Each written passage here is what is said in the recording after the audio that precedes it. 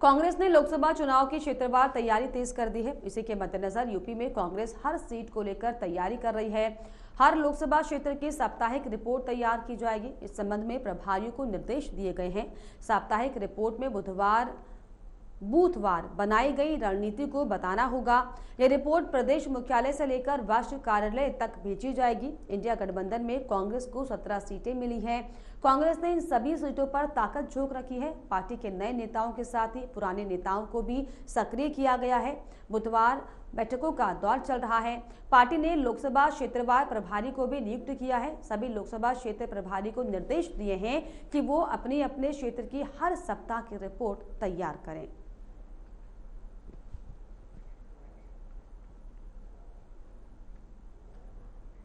और इस पर ज्यादा जानकारी के लिए मेरे सहयोगी नागेंद्र भाटी मेरे साथ फोन लाइन पर जुड़ गए। नागेंद्र, जिस तरीके से बीजेपी की तैयारियां जो है पुरजोर तरीके से दिखाई पड़ रही है और इसी कड़ी में अब रिपोर्ट को लेकर भी जो है रिपोर्ट मांगी जा रही है नेताओं की, ताकि जनता तक उनका रिपोर्ट कार्ड पहुंचवाया जा सके, क्या कुछ जानकारी?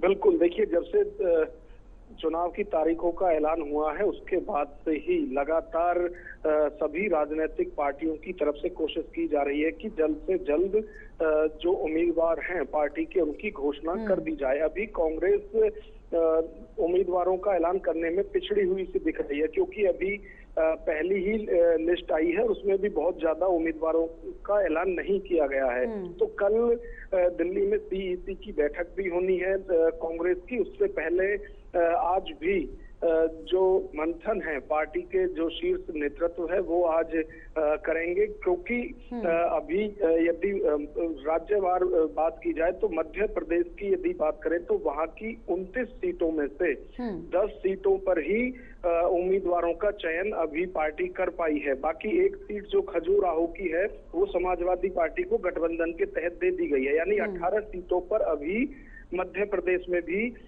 होना है। उसी तरह से अलग अलग राज्यों में आए तो हिमाचल प्रदेश में अभी एक भी सीट पर ऐलान नहीं किया गया है। वहां की चारों सीटों के लिए भी मंथन चल रहा है। उसी तरह से हर राज्य के अंदर जहां भी उम्मीदवार अभी नहीं उतारे गए हैं उनके नामों पर चर्चा आज होगी। और कल ये माना जा रहा है कि मंगलवार को सीईसी की बैठक के बाद जो अगली लिस्ट है कांग्रेस की वो जारी कर दी जाए। बिल्कुल, जिस तरीके से हर लोकसभा क्षेत्र की बुधवार जो है रिपोर्ट कांग्रेस की तरफ से अब भेजी जा रही है आला कमान को, क्या लगता है कि जिस तरीके से अब ये रिपोर्ट भेजी जा रही है लोकसभा क्षेत्र को लेकर, हालांकि बीजेपी कांग्रेस के नेता जो है जिस तरीके से एक्टिव दिखाई पड़ रहे हैं, क्या लगता है इस एक्टिवता का असर दिखाई पड़ेगा क्या? क्योंकि बीजेपी जाहिर तौर पर कांग्रेस के 4 कदम आगे चलती है।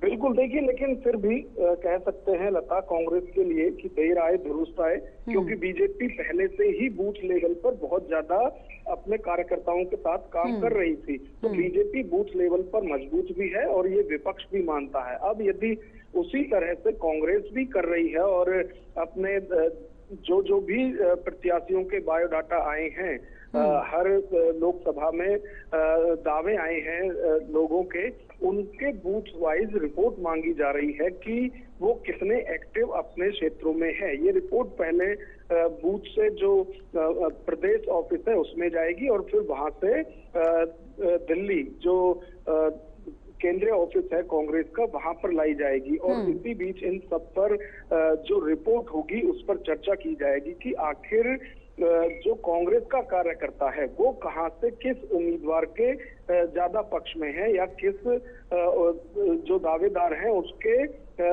पक्ष में ज्यादा जो कांग्रेस कार्यकर्ता हैं वो है। क्योंकि बूथ लेवल पर रिपोर्ट मांगने का मतलब ही ये है कि आखिर जो दावेदारी कर रहे हैं लोकसभा क्षेत्र के लिए तो वो अपने कार्यकर्ताओं से भी जुड़े हुए हैं या नहीं। तो ये तमाम तरह की, ऐसे में वाकई नागेंद्र ये भी देखने वाली बात होगी कि कितनी सहूलियत अब कांग्रेस पार्टी के लिए हो जाएगी पूरी रिपोर्ट कार्ड के बाद नेताओं के चेहरे को सामने लाना। बहुत शुक्रिया आपका तमाम जानकारियों के लिए, तमाम बातचीत के लिए।